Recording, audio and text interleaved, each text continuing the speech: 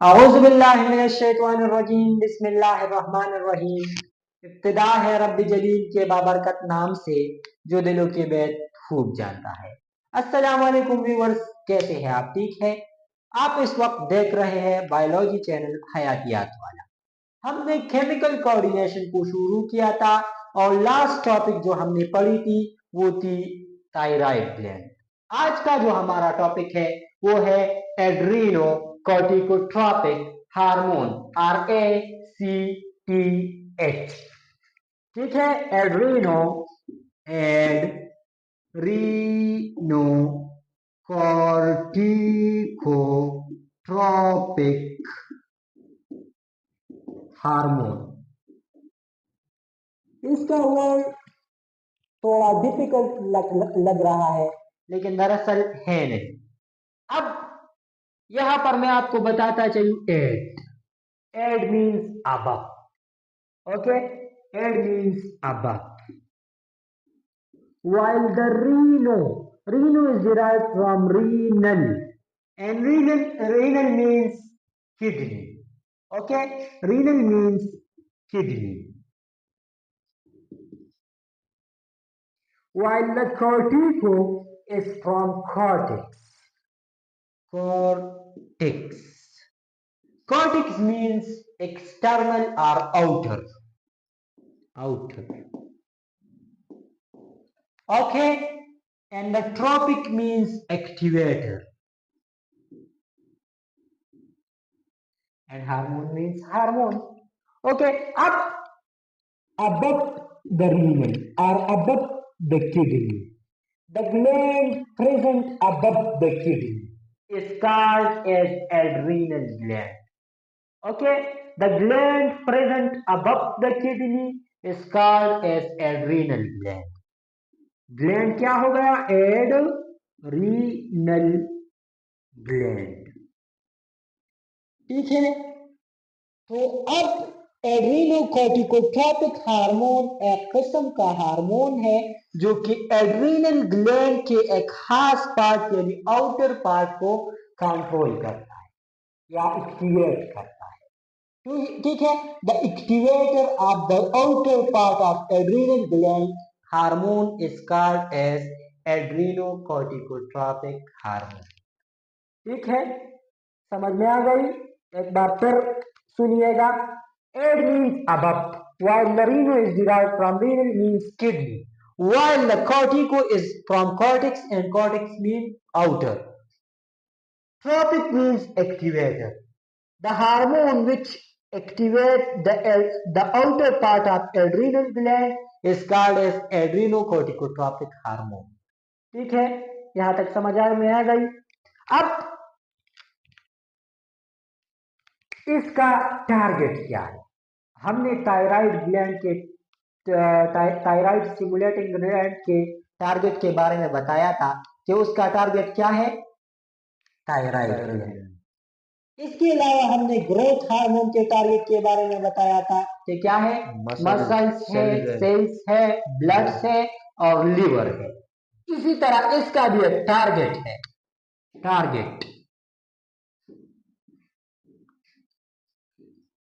अब इसका टारगेट क्या है जी? तो पहले ही बता चुके हैं adrenal gland, but the specific part of adrenal gland and the outer part.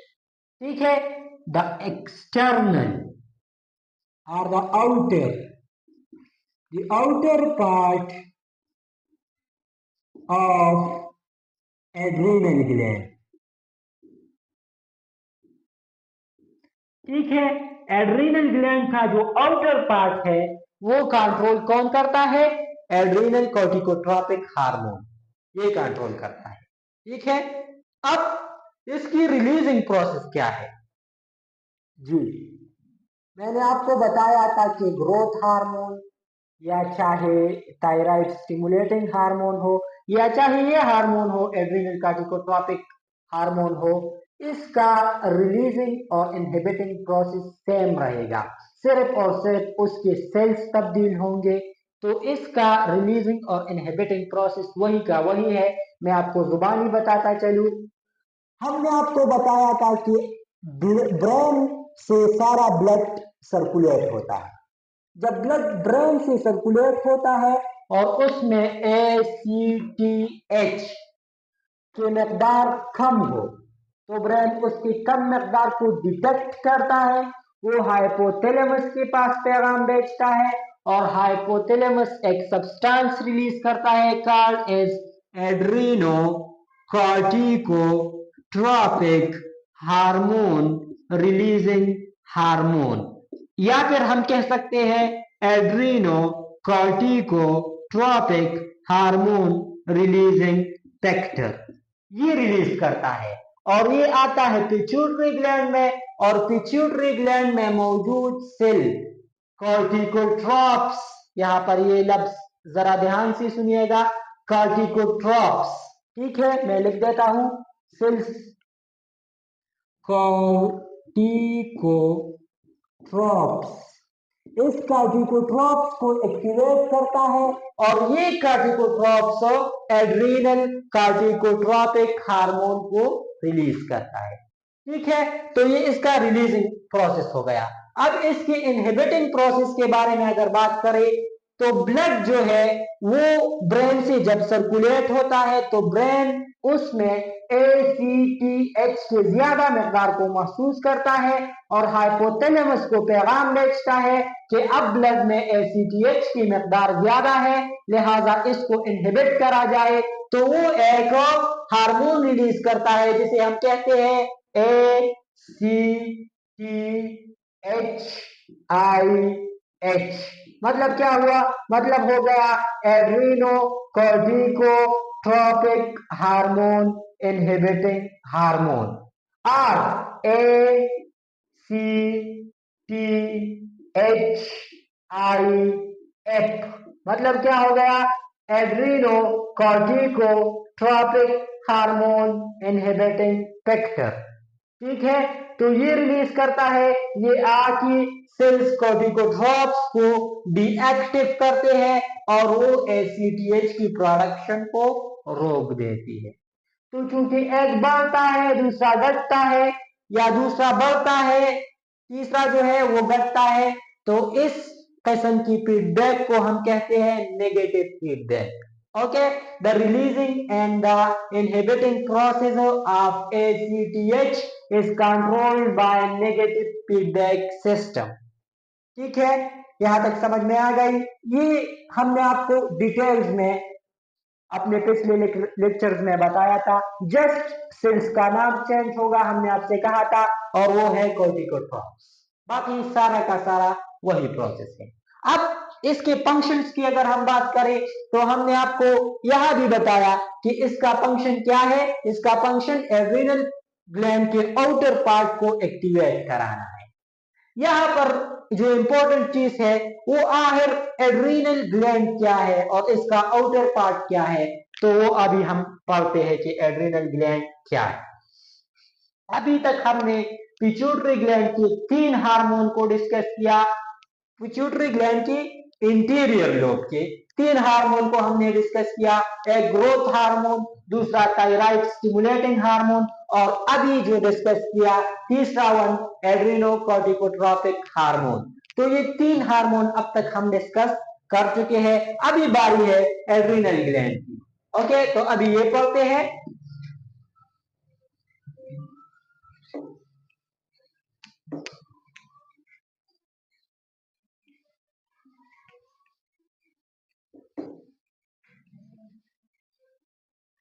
अब एड्रीनल ग्लैंड, एड्रीनल ग्लैंड, हम आपको बता चुके हैं कि renals mean kidney while ad means above, the gland above the kidney is called as adrenal gland। ठीक है, मैं आपको ड्रा करता हूं।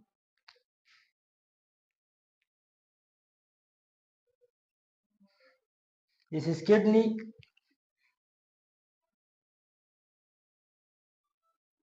no looks like kidney, this is kidney, here is a gland on the top, this one, this one, this one called as what? Adrenal. Adrenal gland. This one is adrenal gland. Okay, अब हमने आपको बताया, पहले तो adrenal gland को थोड़ा सा समझते हैं। Adrenal gland above the kidney gland वाकया है, जिसे हम एड्रीनल ग्लैंड कहते हैं। ठीक है, अब एड्रीनल ग्लैंड जो है ये पेयर्स में होता है, क्योंकि हमने बताया कि किडनी के ऊपर होता है, और किडनी चूंकि पेयर्स है यानी डबल है, एक लेफ्ट साइड में एक राइट साइड में, इसीलिए एड्रीनल ग्लैंड जो है ये भी पेयर के फॉर्म में मौजूद है। ठीक है, अब जब ये पैर के पाम में है, एड्रीनल है यानी किडनी के ऊपर है, तो लिहाजा हम इसे एक और नाम भी दे सकते हैं, which is called as suprarenal gland और supra. Supra also means above, suprarenal gland. तो हम कह सकते हैं एड्रीनल ग्लैंड और सुप्रारीनल ग्लैंड। ठीक है, तो ये इसका दूसरा नाम है। अब हम इसके स्ट्रक्चर को पढ़ते हैं। ये हो गया adrenal gland, let's suppose this one, let's suppose this one is adrenal gland. Okay, तो इसका ये पार्ट जो है यहां तक, यहां तक,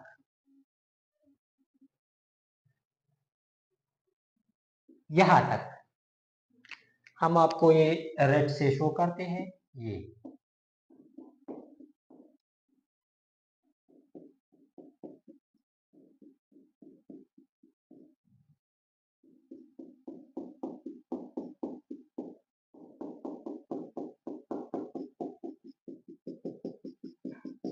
ये पार्ट हो गया। ठीक है, ये पार्ट जो है ये है outer part, are also called as cortex. This part is called cortex, this one is outer part. ठीक है, अब जो इंटरनल पार्ट है ये वाला, दिस वन,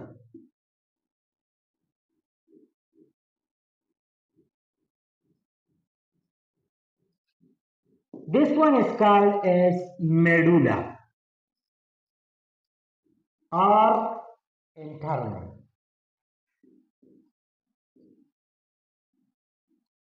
ठीक है, इंटरनल पार्ट जो है वो है मेड्यूला, एक्सटर्नल जो है वो है कॉर्टेक्स। अब जो एक्सटर्नल पार्ट है इसकी भी 3 लेयर्स है, यानी जो एक्सटर्नल कॉर्टेक्स पार्ट है इसके कुल 3 लेयर है।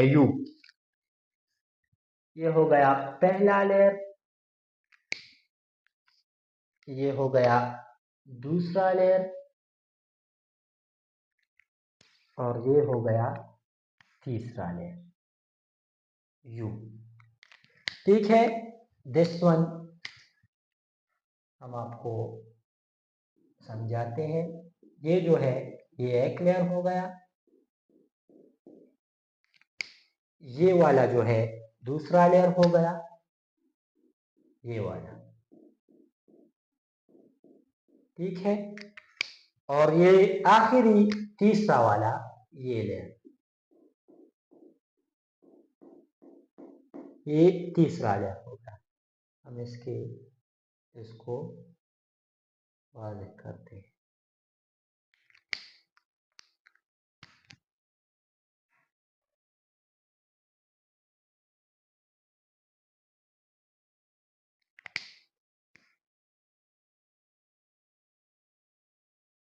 ठीक है, तो ये इसकी 3 लेयर्स है। कौन सी वाले की? इस आउटर वाले की, आउटर वाले की 3 लेयर्स है। अब हम इसको यहां डिस्कस करते हैं। यहां पर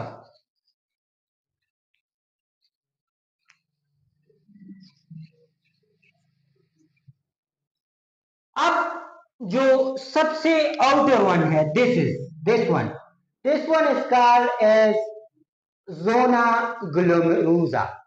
Zona glomerulosa. Zona glomerulosa.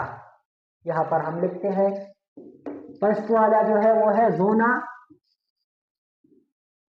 Glomerulosa. ठीक है, ये पहला वाला है, this one, outer one. Okay, अब जोना ग्लोमेरुलोसा तो हमने आपको बताया कॉर्टेक्स पार्ट का, कॉर्टेक्स आउटर को कहते हैं, लेकिन कॉर्टेक्स पार्ट का आउटर हिस्सा, ठीक है, ये जो है ये इस पार्ट में से भी ये आउटर वाला हिस्सा यानी ये वाला, this one is zona glomerulosa.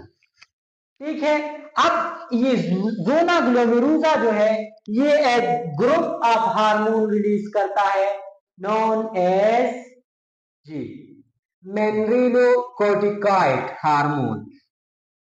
मेनरिलोकॉर्टिकॉइड hormone. चूंकि इन हार्मोन्स का मेन फंक्शन मिनरल्स के साथ होता है और कॉर्टिको पार्ट रिलीज करता है, इसलिए इनको मेनरिलोकॉर्टिकॉइड हार्मोन कहते हैं। ठीक है, इसका एक एग्जांपल हम लेते हैं इजी जी एल्डियोस्टेरोन। एल्डियोस्टेरोन, ठीक है, तो ये एल्डियोस्टेरोन मेनरिलोकॉर्टिकॉइड हार्मोन का एक एग्जांपल है। अब एल्डियोस्टेरोन क्या करता है? Balance of ions, ions regulation करता है, आयंस रेगुलेशन। और आयंस का मेन रेगुलेशन कहां पर होता है जी? ग्लोमेरुलर पार्ट, बोमेन्स कैप्सूल और न्यूट्रॉन में होता है। ठीक है, न्यूट्रॉन यानी किडनी का जो यूनिट है वो न्यूट्रॉन है, the unit of kidney is neutron, जो कि हेल्प करता है किस चीज में? फिल्ट्रेशन में और यूरिन फॉर्मेशन। ठीक है, तो वहां से अगर एक्स्ट्रा आयन हो तो वो यूरिन में एक्सक्रीट करते हैं, और अगर आयन का मकदार कम हो तो वो यूरिन में आयन को कम कर देते हैं। ठीक है, तो आयंस रेगुलेशन कौन करता है? एल्डियोस्टेरोन करता है। ठीक है, इसके साथ निहायत ही एक अहम डिजीज कंसर्न है जो हम अभी पढ़ने वाले हैं, लेकिन उससे पहले हम जरा ये इन दूसरे टॉपिक्स को समझते हैं। ये तो हो गया जोना ग्लोमेरुलोसा। अब हम आते हैं दूसरे पार्ट पर, ये middle one, this one is called as zona fasciculata. Zona fasciculata. अब जोना पेसिकुलाटा जो है ये कौन से हार्मोन रिलीज करते हैं? ये मिडल वन है। ठीक है, वही आउटर पार्ट का हिस्सा है, ये नहीं है कि अंदर की तरफ अब गया, नहीं, इस आउटर पार्ट के दरमियान में है। ठीक है, आउटर पार्ट के दरमियान में है। यू अगर हम इस आउटर पार्ट को यहाँ 3 हिस्सों में डिवाइड करें तो ये जो पहला है ये है जोना ग्लोमेरुलोसा, ये जो दरमियान वाला है ये है zona fasciculata, the middle one in outer part. Okay, the middle one in outer part, this one is zona fasciculata. अब जोना पेसिकुलाटा क्या करता है? ये भी ग्रुप ऑफ हार्मोन रिलीज करता है कॉल्ड एज ग्लूकोकॉर्टिकॉइड हार्मोन। ठीक है, ग्लूकोकॉर्टिकॉइड हार्मोन। Glucocorticoid hormone. अब ग्लूकोकॉर्टिकॉइड हार्मोन का जो एग्जाम्पल है वो हमारे पास है ईजी एज ऑफ कॉर्टिसोल। कॉर्टिसोल यहां पर जो अल्डोस्टेरोन है इसको एक और नाम भी दिया जाता है, पता है किसी को? Life saving hormone. Aldosterone is also called as life saving hormone. Life saving hormone. हमने पहले भी आपको बताया कि इसके साथ निहायत ही एक आम डिजीज कंसर्न है जो हम आपको बताने जा रहे हैं, तो वहां पर मैं आपको समझाऊंगा कि लाइफ सेविंग हार्मोन क्यों कहते हैं। ठीक है, क्योंकि कार्टिसोल को भी एक नाम कहते हैं, उसी वजह से मैंने ये आपको अभी यही बताया। कार्टिसोल को दूसरा नाम कहते हैं जी स्ट्रेस हार्मोन, या cortisol is also called as stress hormone. तो कार्टिसोल को हम स्ट्रेस हार्मोन भी कहते हैं। कार्टिसोल, यहां पर हम आपको इसके फंक्शन बताते हैं। कार्टिसोल हमने आपको बताया कि इसको स्ट्रेस हार्मोन भी कहते हैं। Stress hormone. अब इसको स्ट्रेस हार्मोन क्यों कहते हैं? इसको स्ट्रेस हार्मोन इसलिए कहते हैं क्योंकि ज्यादा तौर पर स्ट्रेस कंडीशन में निकलती है। स्ट्रेस कंडीशन क्या है? मिसाल के तौर पर मसलन आपने अगर रोजा रखा हो तो उसमें ना तो आप पीते हैं ना खाते हैं, तो वो कौन सा कंडीशन है? वो स्ट्रेस कंडीशन है। ठीक है, तो ये ज्यादा तौर पर स्ट्रेस कंडीशन में निकलता है। अब यहाँ पर हमारे बुक में एक गलती है, उसमें लिखा गया है कि epinephrine and norepinephrine is a stress hormone, while epinephrine and norepinephrine is a stress hormone, not a stress hormone, it's an emergency hormone. Okay, या फिर तकरीबन कार्टिसोल को इमरजेंसी हार्मोन कहा गया है, लेकिन ऐसा कुछ भी नहीं है। इमरजेंसी हार्मोन जो है वो इफिनेफ्रिन एंड नॉरएपिनेफ्रिन है, जबकि कार्टिसोल जो है वो स्ट्रेस हार्मोन है। इन दोनों को तकरीबन उलट पुलट कर दिया गया है, लेकिन ऐसा नहीं है, ऐसा है। ठीक है, तो अब स्ट्रेस हार्मोन कहते हैं। इसके फंक्शंस में सबसे पहला एंटी एलर्जिक है, यानी ये एलर्जीज के खिलाफ लड़ता है। ठीक है, एंटी एलर्जिक।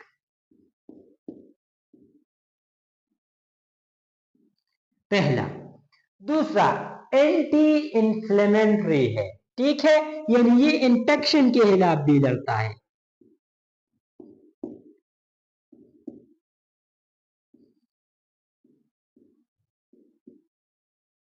अब ये दो काम तो बहुत बढ़िया है, जबकि तीसरा जो काम है यह तकरीबन गड़बड़ है।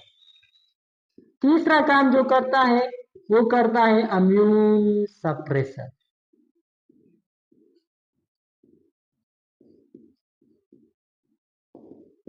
इम्यूनिटी सिस्टम को जो है वो दबाता है।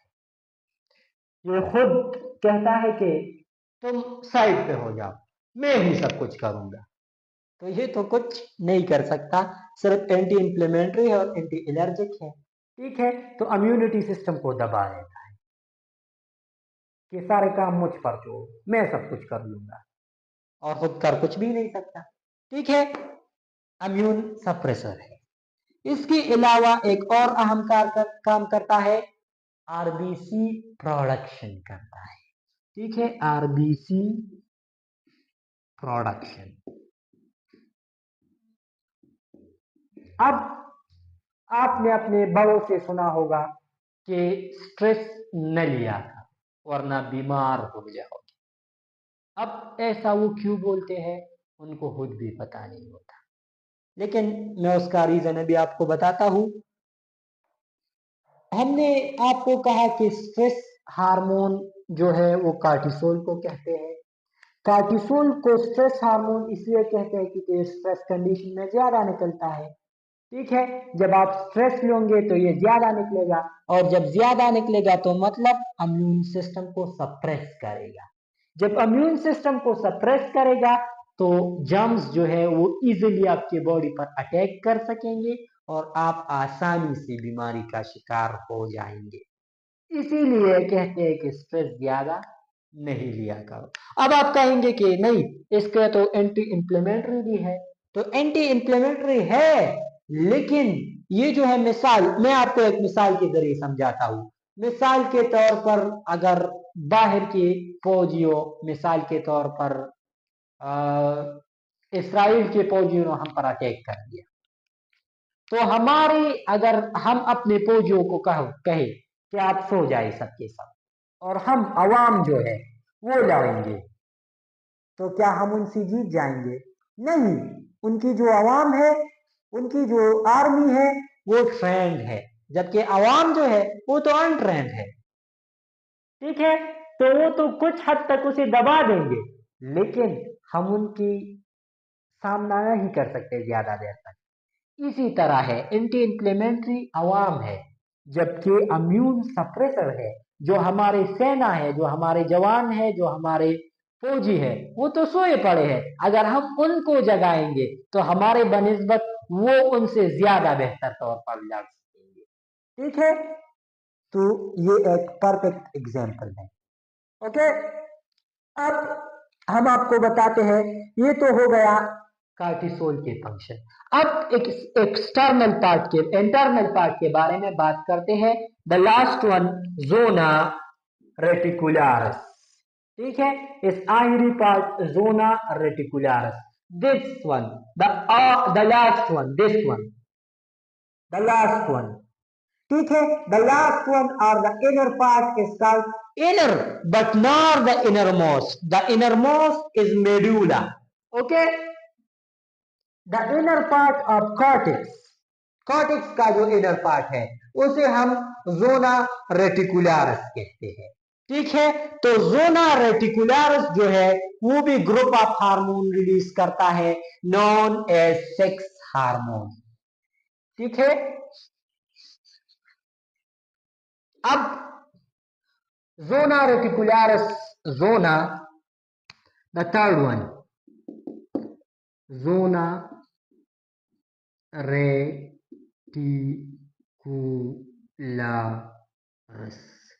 जोना रेटिकुलारस जो है वो है द इनर वन।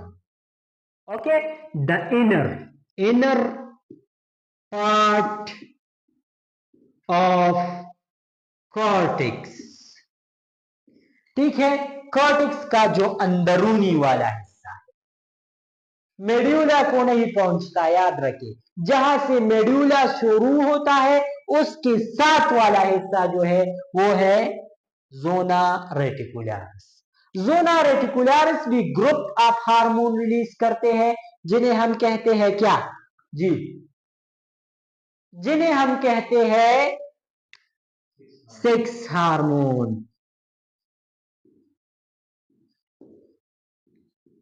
अब सेक्स हार्मोन के एग्जांपल्स में क्या आते हैं जी, बताइए।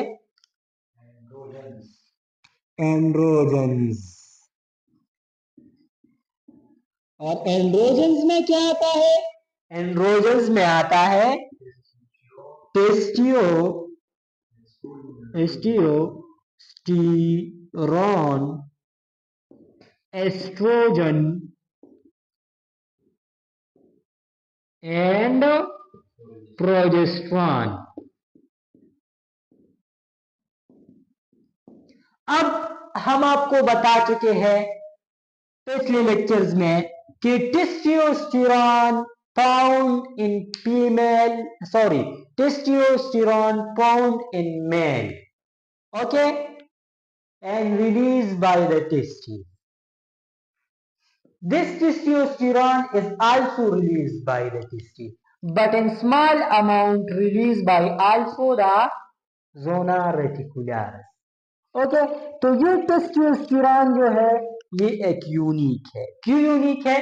क्योंकि किडनीज तो फीमेल में भी होती है, मेल में भी होती है, ठीक है ना, दोनों में होती है।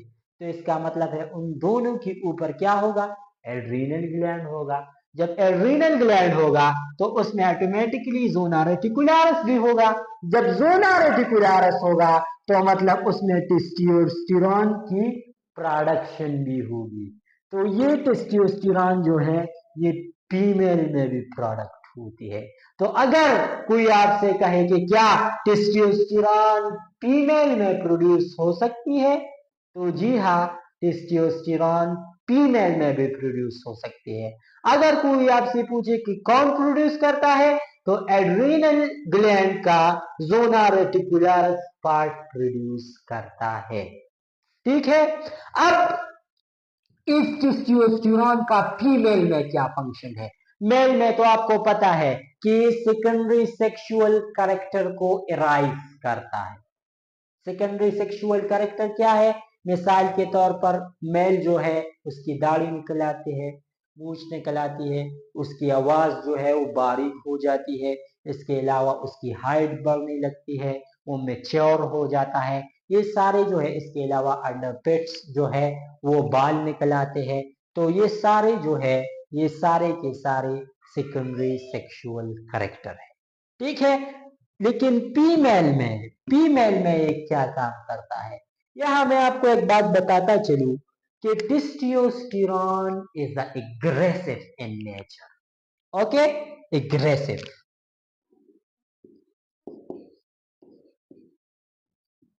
मतलब क्या हुआ? मतलब ये है कि जब इंसान को ज्यादा गुस्सा आता है तो ये ज्यादा टेस्टोस्टेरोन की वजह से होता है, ठीक है।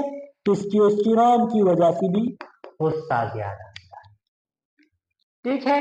अब जब ये एग्रेसिव है तो ये फीमेल को रिलैक्स करता है। फीमेल जब तक जाती है ना, तो एक किस्म की रिलैक्सेशन ऑफ फीमेल में टेस्टोस्टेरोन निहायत ही अहम किरदार अदा करता है, ठीक है। Relaxation in female,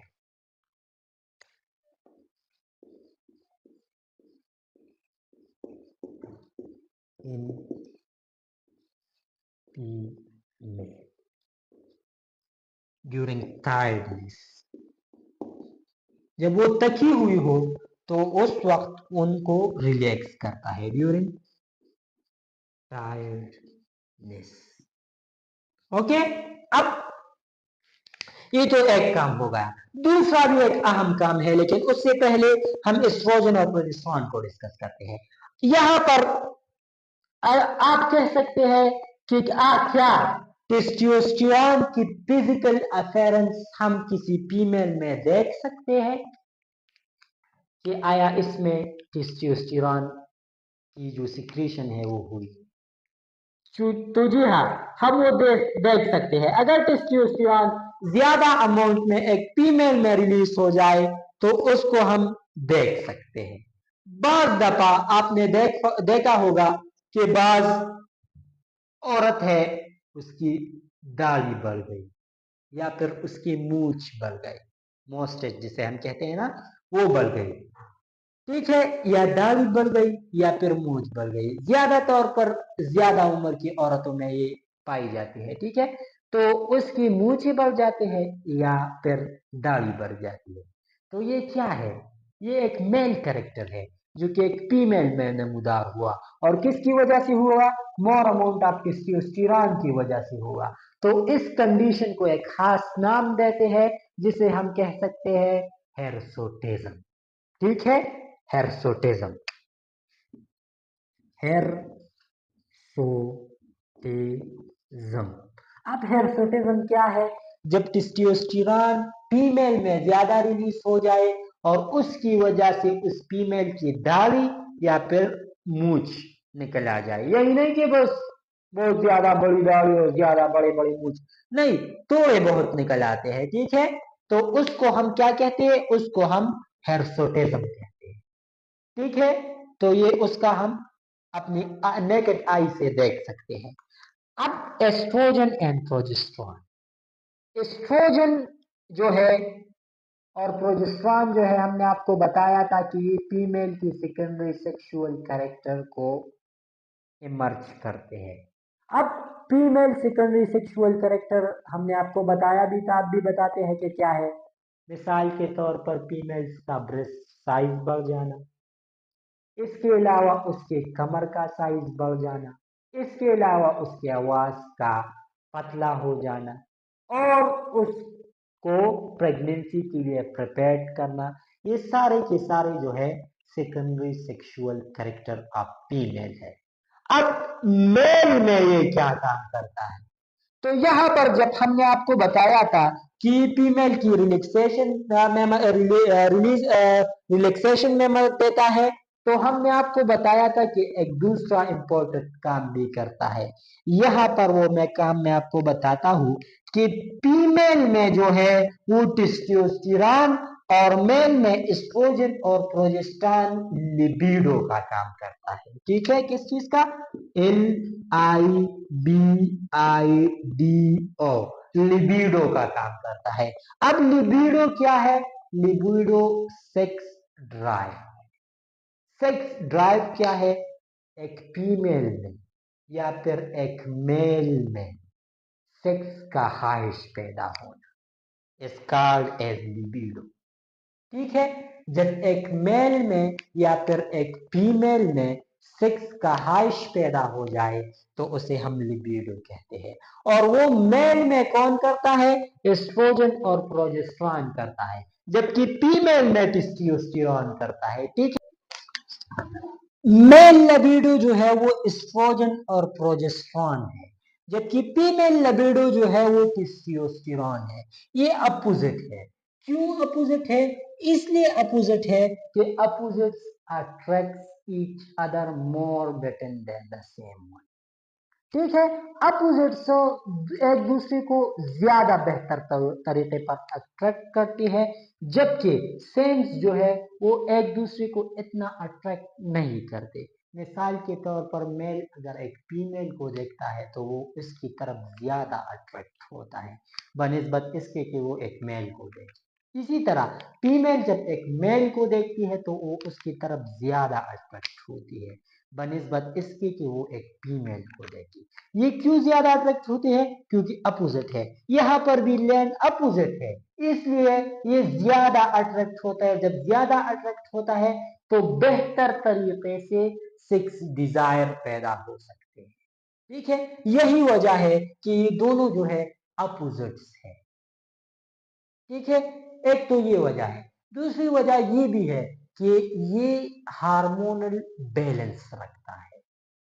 hormonal balance इस तरीके से मेंटेन होती है। यही वजह है कि फीमेल में जो है वो टेस्टोस्टेरोन लिबिडो के लिए रिस्पॉन्सिबल है, वाइल मेल में एस्ट्रोजन और प्रोजेस्टेरॉन लिबिडो के लिए रिस्पॉन्सिबल। ठीक है, यहां तक आपको समझ आ गया। अब हम पढ़ते हैं सिक्रीशंस इसके, हाइपर सिक्रीशंस और over secretion, sorry hypo secretion and hyper secretion. अब जितने भी हार्मोन हमने पढ़े इसके हाइपर सिक्रीशन भी हो सकते हैं, हाइपर सिक्रीशन और हाइपो सिक्रीशन भी हो सकते हैं। ठीक है, तो हाइपर सिक्रीशन भी हो सकती है, हाइपो सिक्रीशन भी हो सकती है। अब हाइपर मींस ओवर, पहले ही मैं आपको बता चुका हूं अपने पिछले लेक्चर्स में कि हाइपर मींस ओवर और मोर, ज्यादा। ठीक है, जब ज्यादा सिक्रीशन हो जाए, किस चीज का ज्यादा सिक्रीशन हो जाए? हमने जितनी भी हार्मोन पढ़ी, अल्डोस्टेरोन पढ़ा, उसके अलावा कार्टिसोल पढ़ा और उसके अलावा ये तीन जो थे एस्ट्रोजन, टेस्टोस्टेरोन और प्रोजेस्टेरॉन, तो मेन अल्डियोस्टेरॉन और कार्टिसोल मेन जो हार्मोन है दो, उनकी हाइपर सिक्रीशन की वजह से एक डिजीज होती है विच इज नोन एज जी कौन syndrome.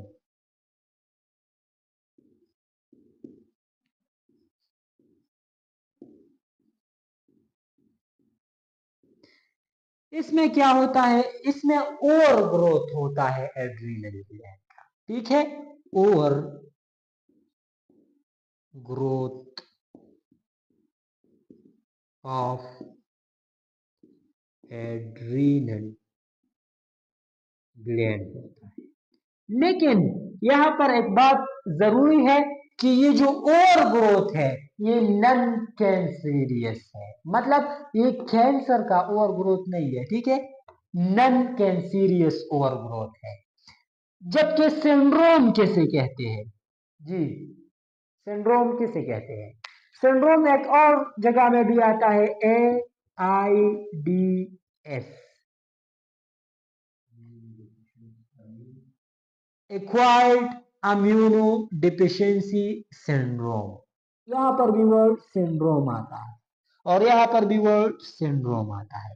Syndromes mean the collection of symptoms, ठीक है, सिम्टम्स के मजमूए को क्या कहते हैं, सिंड्रोम कहते हैं, ठीक है। अब ये तो हो गया हाइपर सिक्रीशन। अब हाइपो सिक्रीशन अगर हो जाए तो उसकी वजह से डिजीज हो सकती है कॉल्ड एज एडिसन डिजीज। ये मेनली जो है कार्टिसोल और अल्डियोस्टेरॉन की वजह से होती है। अगर उसकी हाइपोसिक्रेशन हो जाए तो उससे एडिसन डिजीज हो सकती है।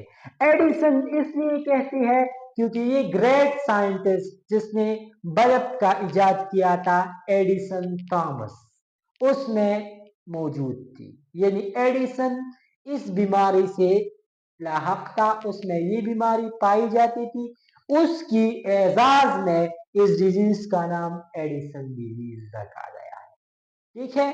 अब हमने आपको बताया था कि aldosterone is a life saving hormone, उसका जिक्र अब हम यहां करेंगे। एडिसन डिजीज जो है इसमें इंसान पर फिट्स आते हैं, फिट्स मींस बेहोशी, द फिट्स जो है बेहोशी को कहती है, तो बेहोशी के दौरे इंसान पर आती है। अब ये बेहोशी को दौरे अगर ज्यादा बढ़ जाए तो इंसान की डेथ भी हो सकती है। और ये हाइपोसिक्रेशन किस चीज का है, अल्डियोस्टेरॉन का है, और अल्डियोस्टेरॉन अगर कम रिलीज हो जाए तो क्या होगा, ये डिजीज होगा। जब ये डिजीज होगी तो इंसान की डेथ भी हो सकती है। इसी वजह से अल्डियोस्टेरॉन को लाइफ सेविंग हार्मोन कहते हैं, ठीक है। समझ में आ गई कि क्यों अल्डियोस्टेरॉन को लाइफ सेविंग हार्मोन कहते हैं, इसलिए कहते हैं क्योंकि इसकी कमी की वजह से एडिसन डिजीज होती है, और एडिसन डिजीज में इंसान को पिट्स के दौरे पड़ते हैं। अगर ये पिट्स के दौरे बढ़ जाए तो इंसान मर भी सकता है, और इस मौत से आपको कौन बचाता है, यानी वसीला इस मौत के बचाने का क्या बनता है, अल्डियोस्टेरॉन बनता है, इसलिए उसको क्या कहते हैं, लाइफ सेविंग हार्मोन कहते हैं, ठीक है। आपको समझ में आ गई, एडिसन डिजीज भी समझ में आ गई कि एडिसन डिजीज क्या है, ठीक है।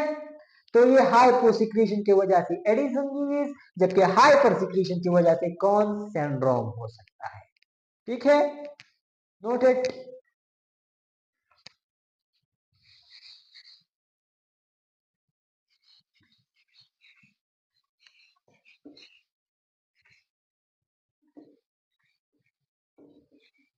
अब तक हमने एड्रीनल ग्लैंड के सिर्फ एक पार्ट को कवर किया, the cortex part. Know the time part second and the internal medulla part. अब हम मेड्यूला को डिस्कस करते हैं। तो मेड्यूला जो है ये भी दो किस्म के हार्मोन रिलीज करता है, कॉल्ड एज एपिनेफ्रिन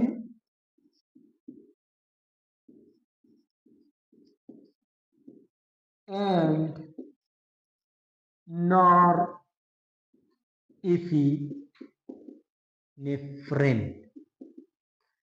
और adrenaline and noradrenaline, adrenaline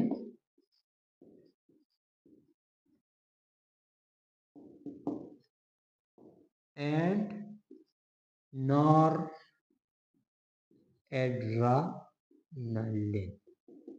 okay.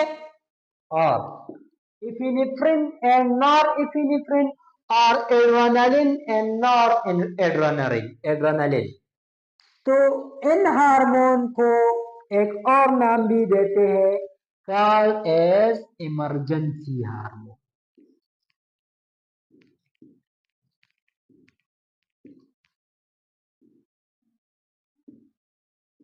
अब इनको इमरजेंसी हार्मोन क्यों कहते हैं? इनको इमरजेंसी हार्मोन इसलिए कहते हैं क्योंकि ये फाइट और फ्लाइट के लिए रिस्पॉन्सिबल है, फाइट और फ्लाइट। अब फाइट और फ्लाइट क्या है? फाइट और फ्लाइट अब क्या है? मिसाल के तौर पर मैं आपको एक मिसाल से समझाता हूं।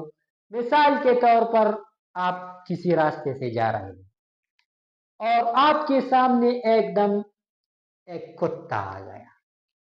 तो अब आपके पास दो रास्ते हैं, या तो उस कुत्ते से फाइट करें, उससे लड़ें, या फिर उससे फ्लाइट कर जाओ, उससे भाग जाए। ठीक है, तो ये एक इमरजेंसी सिचुएशन हो गई जिसमें या तो आपने फाइट करना है या फिर फ्लाइट करना है। जाहिर सी बात है आप तो फ्लाइट करेंगे, लेकिन कुछ लोग फाइट भी कर सकते हैं। ठीक है, तो a fight and flight emergency hormone. समझ में आ गई कि क्या है फाइट और फ्लाइट? अच्छा, अब ये इमरजेंसी हार्मोन है। यहाँ पर एक और मिसकंसेप्शन है, वो उसको क्लियर कर लीजिए कि एपिनेफ्रिन और नॉरएपिनेफ्रिन को बाज लोग एंटागोनिस्टिक समझते हैं। क्या समझते हैं? एंटागोनिस्टिक। यहाँ साइड पे मैं लिख देता हूं एंटागोनिस्टिक।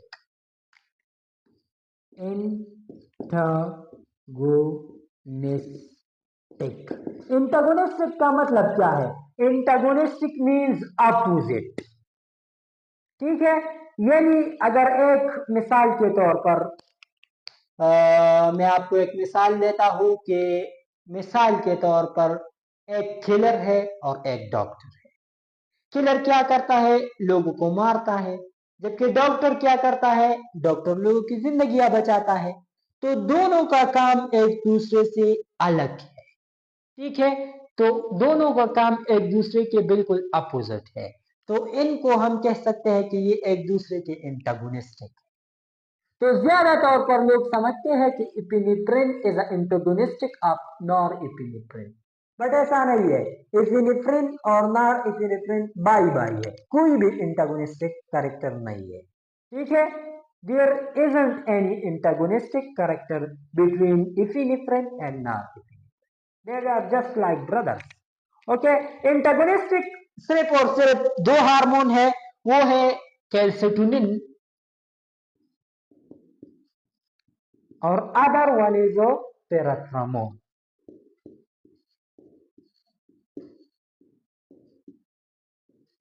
ठीक है, ये हम पढ़ेंगे, लेकिन अभी के लिए आप समझे कि एंटागोनिस्टिक कैल्सिटोनिन और पैराथ्रामोन है। एक कैल्शियम के लेवल को बढ़ाती है जबकि दूसरी कैल्शियम के लेवल को कम करती है, वो हम पढ़ेंगे। लेकिन अभी के लिए इतना समझे कि एपिनेफ्रिन और नॉरएपिनेफ्रिन इज नॉट एंटागोनिस्टिक। ये एक अहम मिसकंसेप्शन है जो कि ज्यादातर पर लोगों में पाई जाती है। यहां इस बात को समझे। ठीक है, अब इसके फंक्शंस क्या है? अगर इसके फंक्शंस के बारे में हम बात करें तो इसका जो एक फंक्शन है वो है वेजोडाइलेशन।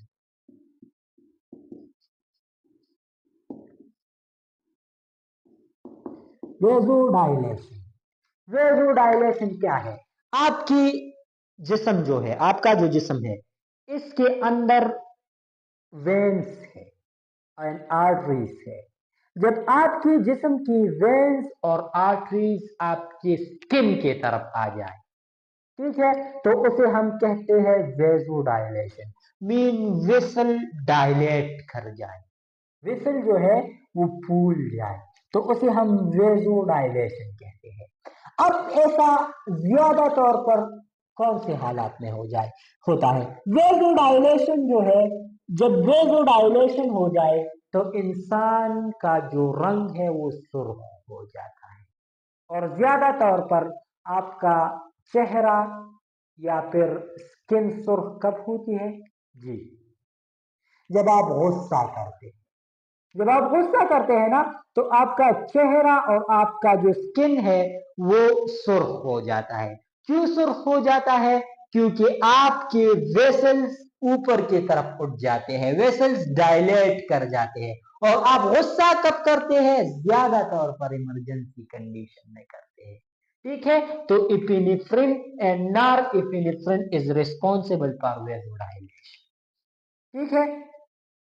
मिसाल के तौर पर मैंने आपसे कहा आपके सामने कुत्ता आ गया, तो आप इससे अगर फाइट करना चाहे तो आप उस पर गुस्सा करेंगे। जब गुस्सा करेंगे तो जाहिर सी बात है वेजोडाइलेशन होगी, आपका रंग सुर्ख पड़ जाएगी, ठीक है।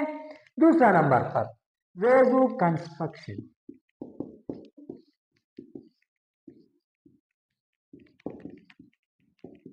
अब कॉन्ट्रैक्शन, वेजो कॉन्ट्रैक्शन। वेजो कॉन्ट्रैक्शन कब होता है? आप जब डर जाए तो आपने देखा होगा आपका रंग जर्द हो जाता है। रंग क्यों जर्द होता है? जी, रंग इसलिए जर्द होता है कि आपके जो वेसल्स है, यानी वेन और आर्टरीज है, वो नीचे की तरफ हरकत करते हैं, यानी स्किन से दूर हो जाते हैं, जिसकी वजह से आपका जो रंग है वो पीला पड़ जाता है। और उसे हम वेजो कंट्रैक्शन, यानी वेसल्स जो है वो कंट्रैक्ट कर जाते हैं, उसे हम वेजो कंट्रैक्शन कहते हैं, ठीक है। अब मैंने आपको बताया कि अगर आपके सामने कुत्ता आ गया तो आप क्या करेंगे? आप फ्लाइट करेंगे, भागेंगे। तो जब आप भागेंगे तो ऑटोमेटिकली आप तब भागेंगे जब आप डर जाए। जब आप डरते हैं तो आप भागते हैं, तो डरने में वेजू कंट्रैक्शन होता है, ठीक है। तो ये दो, और fight and flight are the three important functions of epinephrine and norepinephrine. Epinephrine and norepinephrine are not the antagonistic. They are just like brothers. Okay, they both act as individual. Sorry, as collectively. ये दोनों जो है इकट्ठे काम करते हैं। तो ये एंटागोनिस्टिक काम नहीं करता, ये कंबाइनली काम करता है, कलेक्टिवली काम करता है। तो इसको हम कहते हैं synergist. Okay, this function that epinephrine and norepinephrine works collectively is called as synergist. Okay, synergist. The spelling may be incorrect, but the term you get. अब ये तो हो गया एपिनेफ्रिन और नॉरएपिनेफ्रिन। हमने आज एड्रीनल ग्लैंड के बारे में पढ़ा। हमने पढ़ा कि एड्रीनल ग्लैंड के दो पार्ट है, एक कॉर्टेक्स है, दूसरा मेडुला है। फिर हमने कॉर्टेक्स के बारे में पढ़ा कि कॉर्टेक्स के तीन हिस्से हैं, जिसमें जोना ग्लोमेरुजा जो कि रिलीज करता है मिनरलोकॉर्टिकॉइड, जिसका एग्जाम्पल है अल्डोस्टेरोन, ठीक है, जो कि आयन रेगुलेशन करता है। जबकि दूसरा पार्ट जो है वो हमने पढ़ा जोना पेसिकुलेटा, जिसका काम है glucocorticoid hormone, group of hormone है, जिसमें से एक एग्जांपल है कॉर्टिसोल, जिसको स्ट्रेस हार्मोन कहते हैं, ठीक है। जबकि तीसरा और आखिरी पार्ट कॉर्टेक्स का जो हमने पढ़ा वो था जोना रेटिकुलरिस।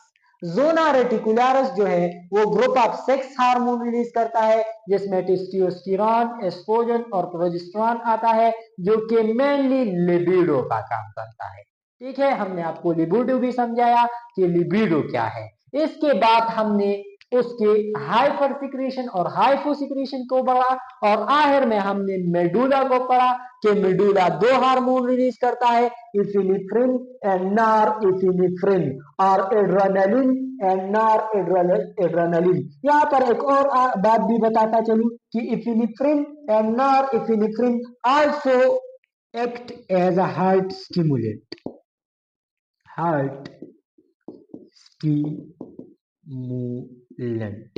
ठीक है, तो ये हार्ट स्टिमुलेंट के तौर पर भी काम करता है। हमने फिर पढ़ा मेडुला ग्लैंड में इफिनेफ्रिन और नॉर इफिनेफ्रिन को। ठीक है, तो उम्मीद करता हूं आज का लेक्चर आपको पसंद आ गया होगा। अगर आज का लेक्चर आपको पसंद आ गया हो तो हमारे चैनल हयातियात वाला को सब्सक्राइब कर दीजिएगा और बेल आइकन को प्रेस कर दीजिएगा ताकि आने वाली वीडियोस की अपडेट्स और नोटिफिकेशन आपको मिलती रहे। इंशाल्लाह कल एक और लेक्चर के साथ मुलाकात होगी, तब तक के लिए अल्लाह हाफ़िज़।